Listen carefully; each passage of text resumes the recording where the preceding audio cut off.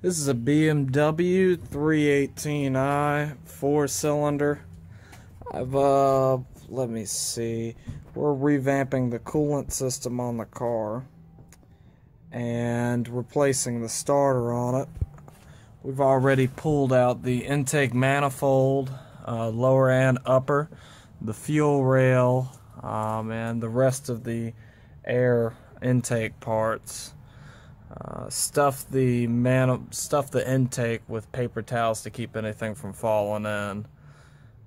It's been a long job. The most difficult part was taking out the squid part. I call it a squid. It's got a dozen sensors attached to it that you have to remove to pull out the lower intake on this car. So here's the fuel rail that I've removed. You can see the different fuel injectors here. There's 4 of them on this car, of course. And you can see the different conditions. This one's really clean. Then you've got a fouled one at 1 or 2. You can't really tell the condition of these until you've actually pulled it off and taken a look at it. Now, I didn't actually. A lot of people will go ahead and remove the wiring harness that's attached, the little wiring harness that's attached to the fuel rail.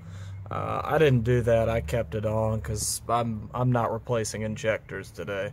I'm here to replace the coolants, couple coolant lines, and the starter. Okay. This is a coolant tee that's right under the lower intake manifold. This was the original goal of the project, to remove that and replace it. You can see it's all fouled up. This car has 125,000 miles on it, so it's definitely time for a replacement. And this is the new one right here. See, it's clean and everything. When I was removing it from the block, it had actually come apart and had to remove the O-ring and a couple plastic pieces from inside the block. And then clean it up to replace it. Then also, while you're doing this job, you want to replace a lot of the hoses, especially with a car with high mileage. A lot of them are going to be ready to be replaced.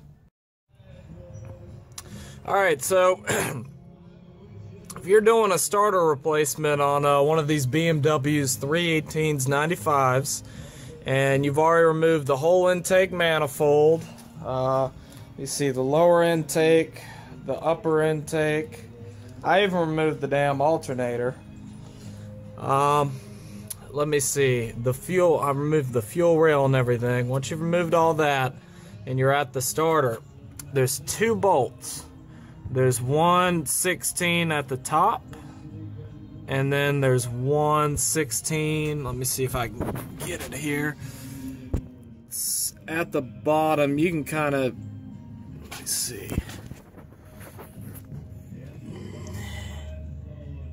You can kind of see it down there. But, so, I didn't have any 16 millimeters sitting around. I've lost them all, so I just grabbed 5/8 socket. And you don't have much clearance, and I don't even have enough clearance right here to get a breaker bar in. So I just grabbed a regular wrench and a galvanized pipe and used that to break it. And once it's broken, it's pretty easy. You just got to hold it from the other side. It's a Torx bit on the transmission side. You got to hold that while you're turning it, or it'll just keep spinning. All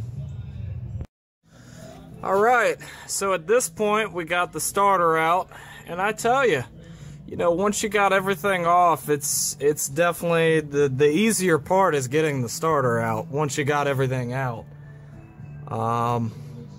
Let me see, and like I said, it was 216, 216s, and you get a hand on the other side there, which you got plenty of room to at this point, once you've removed everything. Next, I'm going to go get a new starter, and here's the old one.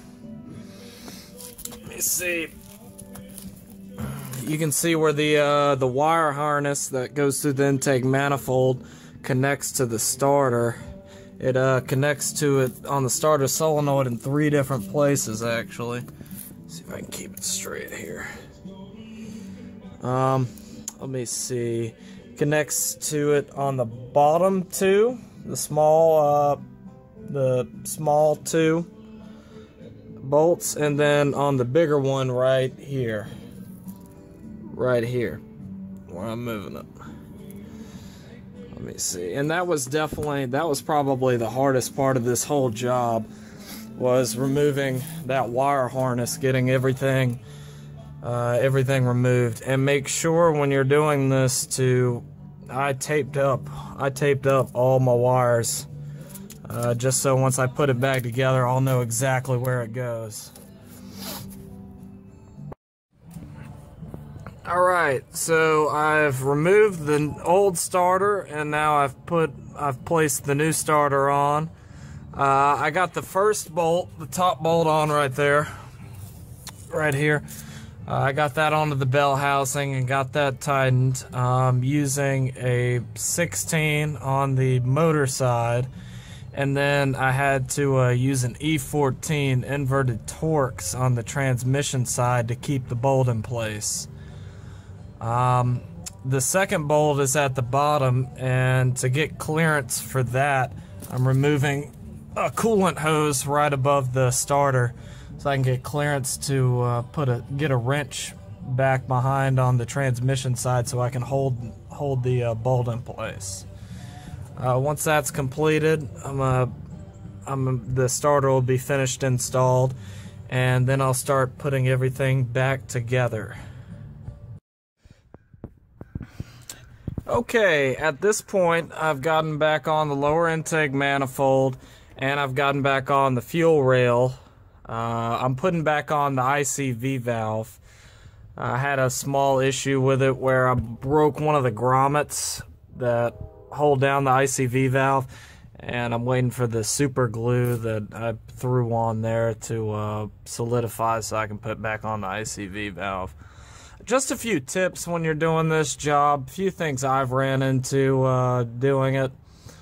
Firstly, when you're taking off the intake manifold, you can get away without having to. I've seen a lot of people where they'll actually take the wire harness and remove it and push it back.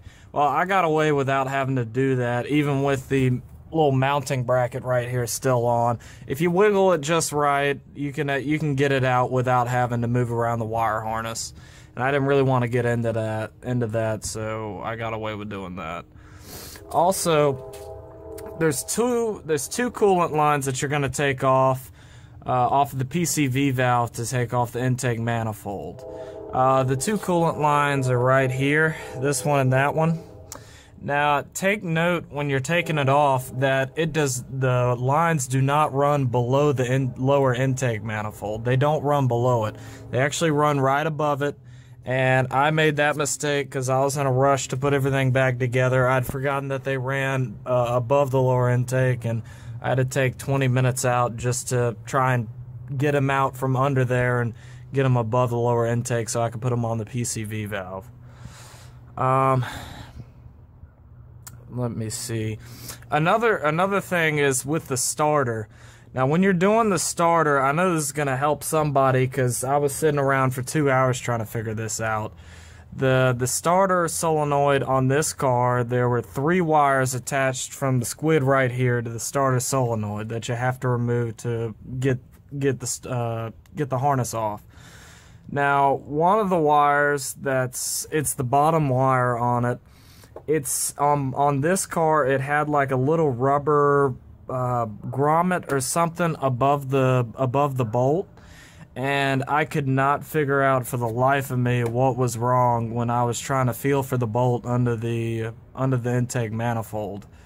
I finally got angry and took a screwdriver and just started pulling on it, and come to find out it was a rubber grommet over the bolt that was hiding it. So just a little tidbit there if you have an issue trying to find the bolt for one of those wires. And then the last thing is, don't forget where the wires go on the starter. I've seen a few people actually forget where the wires go on the starter from the squid, and it can actually blow your starter if you put it on the wrong thing. It can blow your solenoid, and then you're going to be out for the new part or for the used part. And then you're going to have to retake the whole thing apart again to remove your starter again. So there's going to be 3 wires coming from the squid going to the starter. One of them goes on it's a big wire, and then it's 2 smaller ones. It's pretty obvious where the smaller ones go. Just keep everything labeled. And then the big one doesn't go on. It doesn't go on the bolt that attaches to the rest of the starter. It actually goes on the same bolt that the battery wire goes on.